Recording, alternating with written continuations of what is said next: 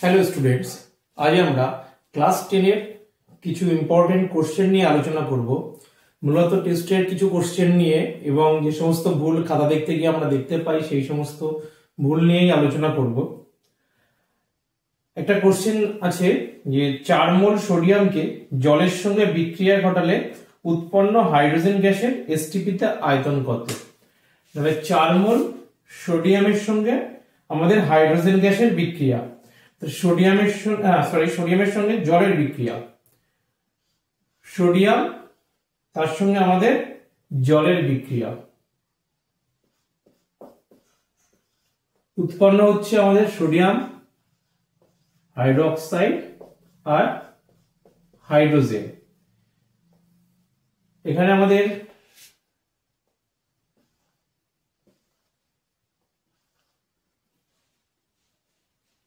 Sodium দুটো, oxygen দুটো হয়ে গেছে, অক্সিজেন দুটো, হাইড্রোজেন 4টে, 2 আর 2 4। তাহলে আমাদের 1 মোল হাইড্রোজেন উৎপন্ন করতে গেলে সোডিয়াম লাগছে 2 মোল। তাহলে যদি 4 মোল সোডিয়াম থেকে 4 মোল সোডিয়াম থেকে H2 পাবো কতটা? 2 মোল। 2 মোল থেকে যদি 1 মোল হাইড্রোজেন পাই তাহলে 4 মোল সোডিয়াম থেকে পাবো 2 মোল হাইড্রোজেন। এবার বলেছে এসটিপিতে এই 4 মোল সোডিয়াম থেকে যে হাইড্রোজেন পাবো তার আয়তন কত? 1 মোল হাইড্রোজেনের আয়তন আমরা জানি কত না, 22.4 লিটার। তাহলে 2 মোল যদি হাইড্রোজেন হয় তাহলে একে 2 দিয়ে গুণ করলেই হয়ে যাবে 44.8 লিটার। এটাই আমাদের উত্তর হবে। এরপর একটা দেখছো আছে কোন পদার্থের তাপ পরিবাহিতাঙ্ক কে? কোন পদার্থের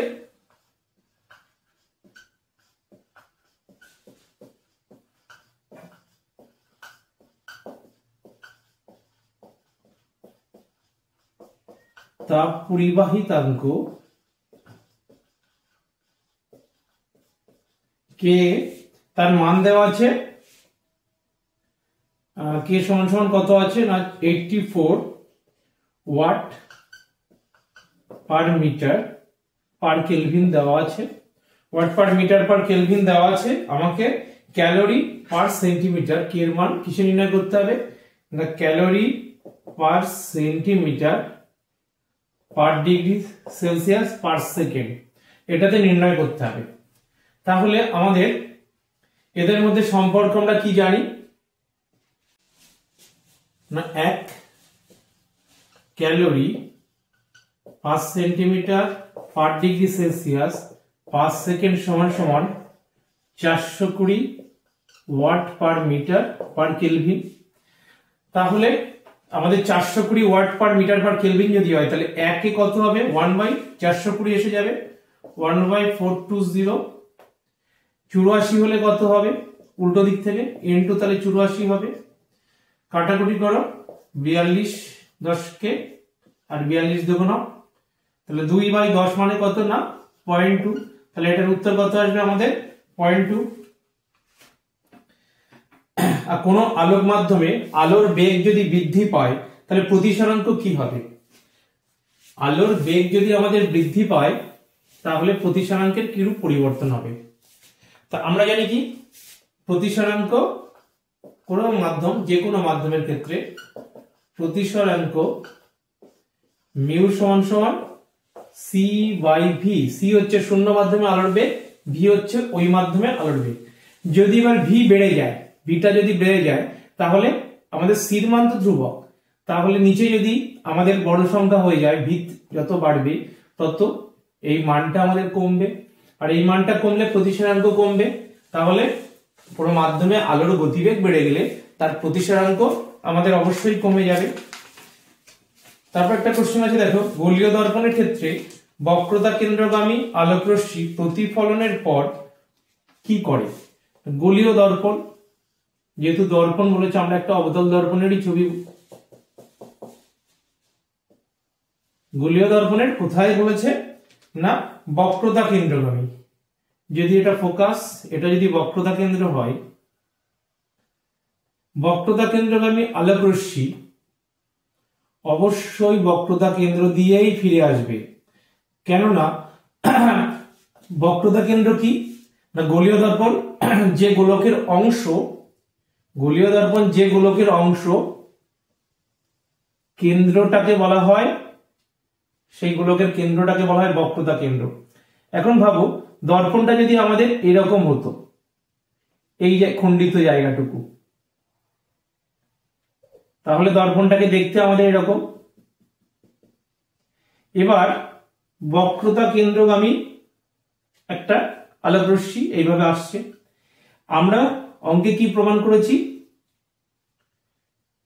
আমাদের স্পর্শক আর স্পর্শ বিন্দুগামী ব্যাসার্ধ পরস্পর লম্ব হয়, তাহলে এই বিন্দুতে এই ব্যাসার্ধ আর স্পর্শক লম্ব, তাহলে এই বিন্দুতে যদি লম্ব হয় তাহলে অবিলম্ব আপাতনের ক্ষেত্রে কি হবে, যে পথে আসে সেই ভাবে ফিরে যায়।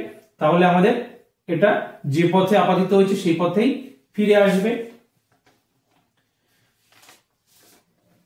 এক ওয়াট, এটাকে কে বোঝে, কি কাকে বোঝাচ্ছে না, এক ওয়াট সমান সমান চারটে অপশন আছে, 1 v square by 1 ohm, 1 v into 1 ampere, 1 v square by 1 ampere, আর 1 অ্যাম্পিয়ার স্কয়ার ইন্টু 1 ওহম।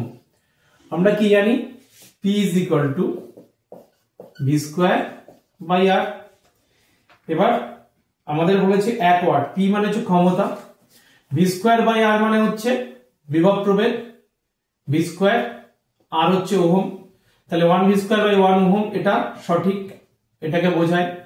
আবার আমরা v ইজ ইকুয়াল টু কি লিখতে পারি, ir, v is equal to যদি ir লিখি তাহলে আমাদের কি আসবে, i square r square by r, তাহলে অ্যাকচুয়ালি এসে যাবে i স্কয়ার r, অর্থাৎ 1 অ্যাম্পিয়ার স্কয়ার ইন্টু ওহম, তাহলে এটাও সঠিক। আবার আমরা যদি r যে r এর জায়গায় বসাই, r সমান সমান আমরা কি বসাতে পারি, r সমান সমান আমাদের v by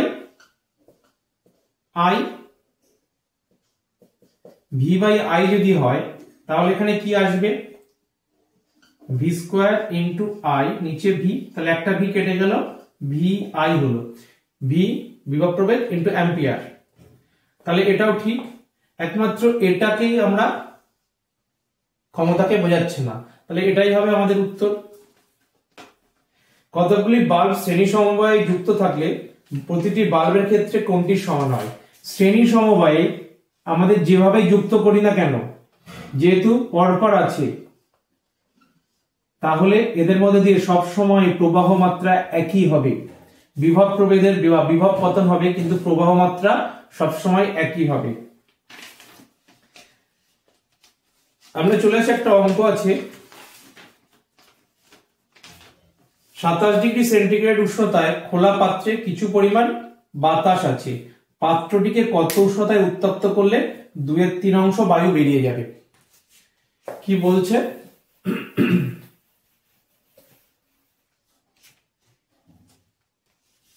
27 degree centigrade উষ্ণতায়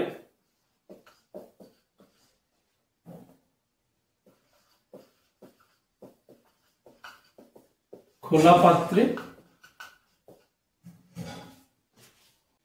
27 degree centigrade উষ্ণতায় খোলা পাত্রে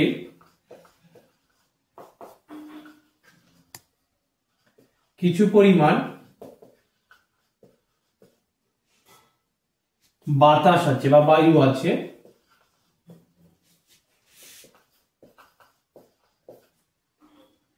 কত উষ্ণতায় উত্তপ্ত করলে 2/3 বায়ু বেরিয়ে যাবে? কত উষ্ণতায়, সংক্ষেপে লিখে দিলাম 2/3 বাতাস বেরিয়ে যাবে। তাহলে 27 ডিগ্রি সেন্টিগ্রেড উষ্ণতায় খোলা পাত্রে কিছু পরিমাণ বাতাস আছে, কত উষ্ণতায় 2/3 বাতাস বেরিয়ে যাবে? আমাদের প্রাথমিক উষ্ণতা কি আছে, T1 27 degree centigrade is equal to 27 plus 273 এত kelvin is equal to 300 kelvin. V1 সমান সমান x ধরে নিলাম, x একক বা x সিসি ধরে নিই। T2 আমাদের বের করতে হবে, আর V2 কি বলেছে, x ছিল প্লাস তার 2/3 অংশ বাইরে বেরিয়ে গেছে, তাহলে টোটাল আয়তন কত হবে, x প্লাস 2x/3। কারণ পাত্রের মধ্যে আমাদের x সিসি বাতাস ছিল, তার 2/3 অংশ বাতাস বাইরে বেরিয়ে গেল, তাহলে টোটাল আয়তন কত, x সিসি প্লাস বাইরে যে 2x/3 অংশ সেটা, তাহলে দুজনের যোগ করলে কত হবে, 3x plus 2x 5x/3 এত ঘন সেন্টিমিটার ধরে নিলাম আমরা, এত একক ধরে নেওয়াই ভালো আমাদের।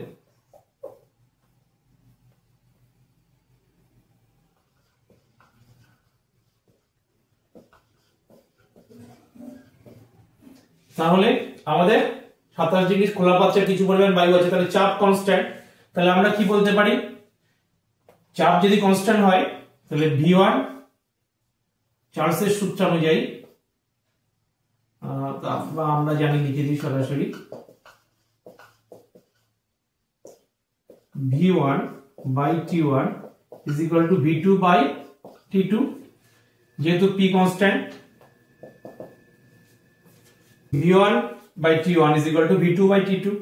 তাহলে আমাদের বের করতে হবে কি, T2, এখানে একবার করে দিই, T2 is equal to আমাদের কি আসছে, T2 সমান সমান V2 into T1 by V1। V2 এর মান কত, V2 এর মান 5x/3, আর T1 এর মান কত আমাদের, T1 এর মান হচ্ছে 300,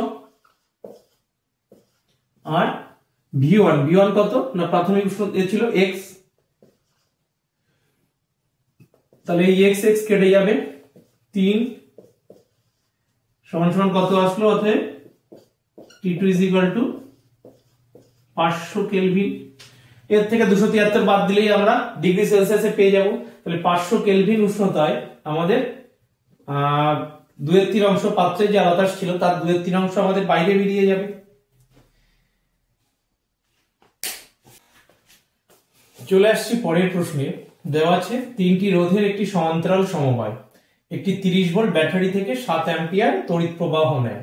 ব্যাটারিটির অভ্যন্তরীণ রোধ 0.5 ওহম হলে দুটি রোধের মান 10 ওহম আর 12 ওহম যদি হয় তাহলে তৃতীয় রোধটা নির্ণয় করতে হবে।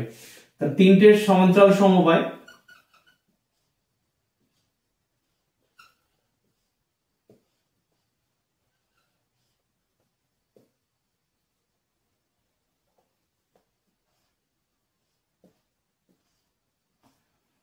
একটা দেওয়া আছে আমাদের 10 ওহম, একটা 12 ওহম, আর একটা আমরা আর ধরে নিই। আর ব্যাটারির অভ্যন্তরীণ রোধ আমাদের বলা আছে, ব্যাটারির অভ্যন্তরীণ রোধ কত বলা আছে না আমাদের 0.5 ওহম। 0.5 ওহম। ব্যাটারিটা হচ্ছে 30 ভোল্ট ব্যাটারি, প্রবাহ কত যাচ্ছে না আমাদের 7 অ্যাম্পিয়ার প্রবাহ যাচ্ছে, সেটা দেওয়া আছে। তাহলে কি বের করতে হবে, তৃতীয় রোধটার মান। তাহলে এই সমান্তরাল সমবায়ে এই যে তুল্য রোধ, আমরা যদি এটাকে নাম দিই এ আর এটা বি, এ ও বি বিন্দুর তুল্য রোধ, এ ও বি এর মধ্যে তুল্য রোধ সমান সমান কত হবে, তুল্য রোধ সমান সমান R ড্যাশ হলে কি লিখতে পারি, 1/R' সমান সমান 1/10 প্লাস 1/12 প্লাস 1/R। 10 আর 12 লসাগু আমাদের 60, সঙ্গে এটা আর আছে, আর লসাগু হয়ে গেল তাহলে উপরে কত আসছে 6 10 কে 60 6 আর 5 12 60 5 আর প্লাস 60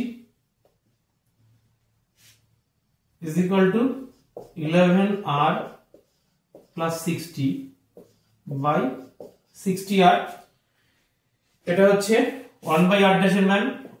1 by r dash যদি এটা হয় r dash সমান সমান কত আসবে না 60r by 11r plus 60।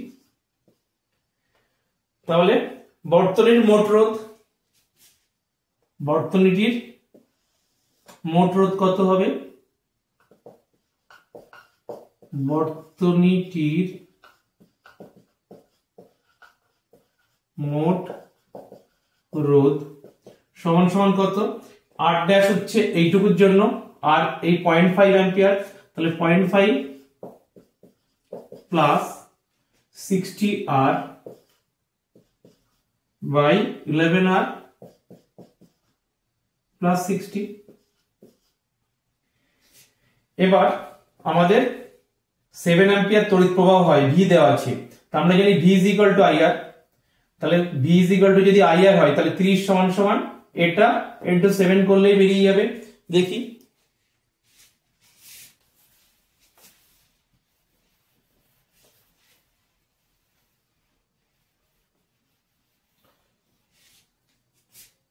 কত,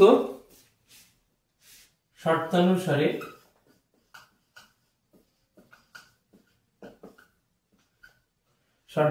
কি হবে v is equal to IR, অর্থাৎ আমাদের 0.5 into 60R by 11R plus 60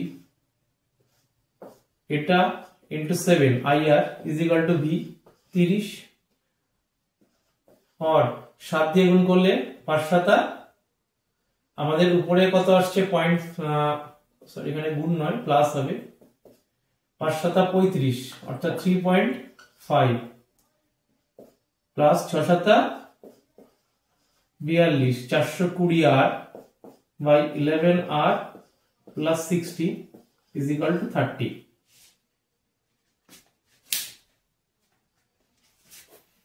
এটা একটু মুছে দিই।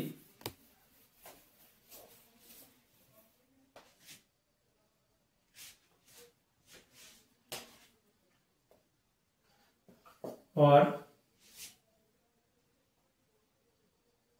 420R by 11R plus 60 3.5 ওইদিকে গেলে হয়ে যাবে আমাদের হচ্ছে 26.5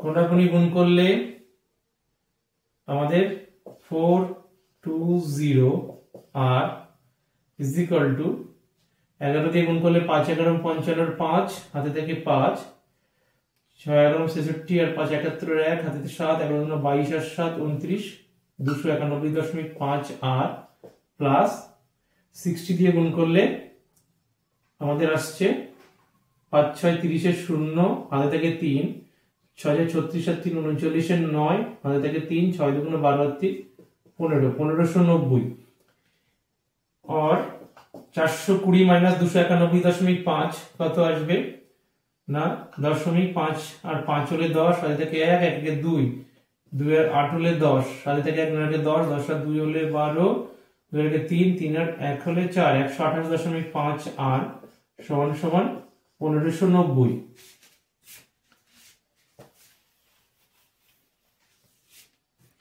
অতএব r সমান সমান 1590 by 128.5 দশমিক তুলে উপরে 10 করতে পারো, 5 দিয়ে কাটাকুটি করলে 5 দুগুণ 10 হচ্ছে 5 দুগুণ 10 2 28 5 5 25 3 35 5 7 35। তাহলে আমরা যদি সহজে না যায় আমরা এই আকারে লিখে দিতে পারি 2 0 0 9 দুগুণ 18 8 হাতে থেকে 1 5 দুগুণ 10 এর 11 1 হাতে থেকে 1 2 এর 2 এর 3 বাই 257 3180 বাই 257 এত ওহম। যেহেতু ভাগ যাচ্ছে না কিংবা সহজে ভাগ মিলছে না কিংবা আমরা 257 দিয়ে ভাগ করে দেখতে পারি কত আসছে।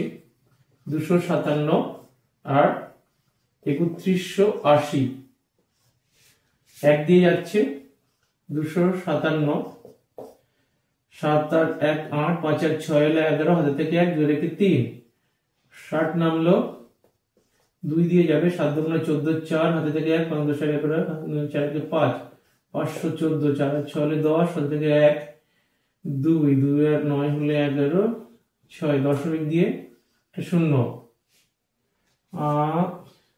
3 দিয়ে যাবে 21 1 হাতে থেকে 2 3 5 15 2 17 7 হাতে থেকে 6 থেকে 7 771 1 আর 9 হলে 10 8 8 8 হলে 16 হাতে থেকে 1 থেকে 8 190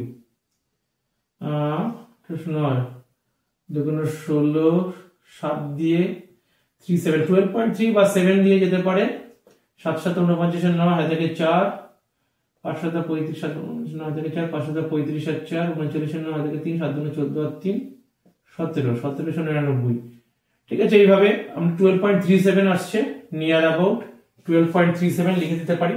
এত ওহম আমাদের অজানা রোধটার মান, এটাই উত্তর। এছাড়াও আমাদের কিছু কিছু অঙ্কে আমরা সহজ কিছু জিনিসে ভুল দেখতে পাই খাতায়, সেগুলোর মধ্যে একটা আমাদের চার্লসের সূত্র অনুযায়ী ভি বনাম টি লেখচিত্র।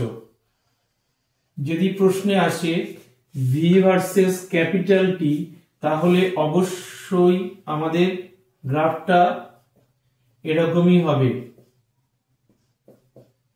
লেখচিত্র আমাদের ক্যাপিটাল ভি দিয়ে দিয়ে এখানে প্রথমে মূল বিন্দু থেকে শুরু হবে ডটেড লাইন দিয়ে, তারপর স্ট্রেট লাইন। প্রথমে ডটেড লাইনটা কেন শুরু হবে? কারণ আমরা জানি কি চার্লসের সূত্র অনুযায়ী VT is equal to v0 into 1 plus T by 273। এই টির মান কমতে কমতে যখন -273 হয় তখন আমাদের এটার মান হয়ে যায় 0। কারণ এখানে -273 বললে আমার বসালে কি হবে, কাটাকুটি করে 1 - 1 হবে 0, 0 ইন্টু v0 হয় 0, অর্থাৎ -273 এ আয়তন হয়ে যাবে 0। আয়তন 0 হয়ে যাবে ম্যাথমেটিক্যালি, কিন্তু বাস্তবে আমরা কখনোই এই উষ্ণতা এখনো পর্যন্ত যেতে পারিনি। আর তার আগেই, কারণ গ্যাসীয় পদার্থ তার আগেই কিসে পরিণত হয় না, তরলে পরিণত হয়ে যায়। আর তরলে পরিণত হয়ে গেলে তরলের ক্ষেত্রে আমাদের এই চার্লসের সূত্র আর কোনো কাজেই লাগবে না। সেই জন্য আমরা একটা নির্দিষ্ট উষ্ণতার পদ থেকে গ্যাসের প্রকৃত আয়তন ম্যাথমেটিক্যালি যেটা পাচ্ছি সেটা বাস্তবে প্র্যাকটিক্যালি হয় কিনা সেটা পাই না বলেই আমরা এই ডটেড লাইনটা দিয়ে এটাকে ম্যাথমেটিক্যালি প্রমাণ করা হয়েছে সেটা দেখানো হয়। সেই জন্য ভি ভার্সেস ক্যাপিটাল টি বললে আমাদের কেলভিন স্কেলে এরকমই ডটেড লাইন দিয়ে শুরু হবে, কখনোই স্ট্রেট লাইন হবে না। আর দ্বিতীয় ক্ষেত্রে যদি প্রশ্নে ভি ভার্সেস ক্যাপিটাল টির জায়গায় ভি ভার্সেস স্মল টি আসে, তাহলে সেক্ষেত্রে লেখচিত্রটা আমাদের এই প্রকৃতির হবে। সেখানে মূল বিন্দু আমাদের টিটা এই বরাবর টি আছে, এই বরাবর ভি আসছে আমাদের,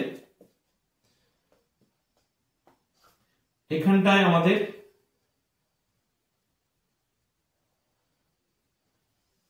-273 ডিগ্রি সেলসিয়াস, এটা তো 0, এটা -273 ডিগ্রি সেলসিয়াস। এই উষ্ণতাতেই আমাদের ক্যালকুলেট করে দেখা গেছে এই উষ্ণতাতেই আয়তন 0 হয়ে যায়। তোমরা অবশ্যই লেখার সময় এইগুলো খেয়াল রাখবে যে এই ভুলগুলো যেন না হয়। ভি ভার্সেস স্মল টি না V versus capital T, capital T হলে একরকম, স্মল টি হলে আর এক রকম, দুটো কিন্তু সম্পূর্ণ ভিন্ন প্রকৃতির। একটা কেলভিন স্কেলে, একটা আমাদের নরমাল ডিগ্রি সেলসিয়াস বা সিজিএস স্কেলে, এসআই তে কেলভিন আর সিজিএস এ ডিগ্রি সেলসিয়াস। তাহলে তোমরা এগুলো অবশ্যই খেয়াল রাখবে। এছাড়াও যে সমস্ত প্রবলেম আছে অবশ্যই জানাবে কমেন্টসে, নেক্সট ক্লাসে সেগুলো নিয়ে অবশ্যই আলোচনা করব।